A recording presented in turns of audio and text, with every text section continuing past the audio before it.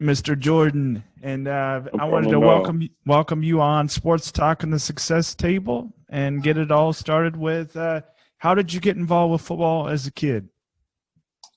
Uh, Figured it was just gonna be something I always did. My dad was a coach, so it's kind of in the making for me to play. And didn't start till high school, but I always knew I was going to. So been around it my whole life, so I just knew I was going to be a part of it. Definitely.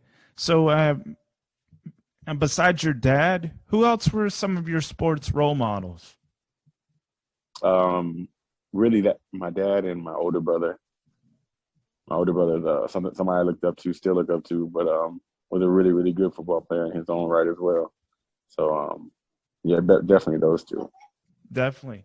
So, I don't know if my audience knows your story, but growing up in Miami, Florida, what hmm were the percentage that you would go on beyond Florida and play college football? I've seen a couple of guys just from my dad coaching get to that level, but it was seldom. Um, and if it, well, percentage wise, probably like 5-10% of the guys that played high school ball go on to a higher level, and then a little bit smaller percentage of actually went to the D1 level. Yeah, but with the college offers, that was what I was meaning by that question. Oh, I'm What sorry. was the percentage that you'd go on to another state and play college football? Oh, none. I really wanted to stay home. Yeah, none. Yeah, I hear like you, we man. entertained a couple of places, but if some good school and a great one like UCF came about, then yeah, we weren't going anywhere. Definitely. So, with that college transition to hmm UCF, how did that transition impact your professional career as a football player? Um, I think it greatly impacted it. I had some really good coaches at UCF, and a lot of talented guys, like not big name guys, but talented guys that helped mold me into the player I was. And like I said, I went to school with my twin brother, and my older brother was already at UCF, so having it being under his wing, and then always having somebody to compete with my brother, um, greatly impacted. Not to go along with a lot of great players and coaches as well. Definitely.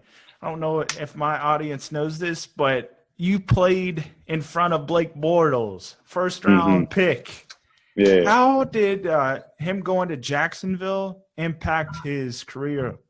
You think it negatively impacted his career, or you think that was a Um, positive thing? Blake was a great college player. I feel like in any situation he could have succeeded. He had a lot of success in Jacksonville. Obviously, not didn't stay for as long as he wanted to, but I didn't know personally the coaching staff there if they helped him enough or not. Like we still talk often to this day, but never really about football, just life in general. And maybe going to a different place could have helped him, or maybe that was the right place and it just didn't work out. You never know, but still, in my eyes, a great player, one of the best players ever played at UCF.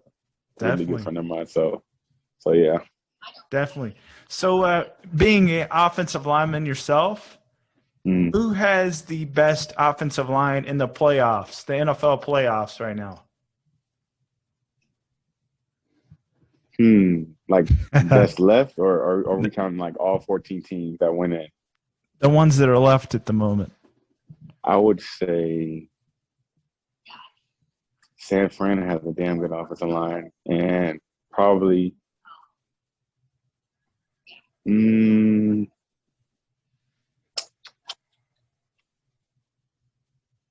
who else is left? I would probably have to go with San Fran. Trent Williams is right now the best tackle in the game, in my opinion. Alex Mack is a really good player, and yeah, I would have to go with San Fran. You don't think the Rams have a good one? Rams have a good one too. What Whitworth is still doing at his age, and all the pieces that they have. I think Saffold plays for them as well, if I'm not mistaken. Yeah, Um, the Rams have a good one too, but I just think the offensive line and the scheme that they run is just so good. So yeah, I still go with San Fran. For sure. You can't. Yeah. They got Jimmy G too. So Jimmy Jean, Debo Samuels, definitely doing their thing. beast. Well, Jordan, I'll leave you on this. Where can my audience find you on social media? Either on Instagram or Twitter. It's at JMCC63. Not really on Facebook like that. So either of those two, you can find me at that. Definitely. Well, Jordan, it's been a blessing to have you on our show, and we'd welcome you back for another one, my friend.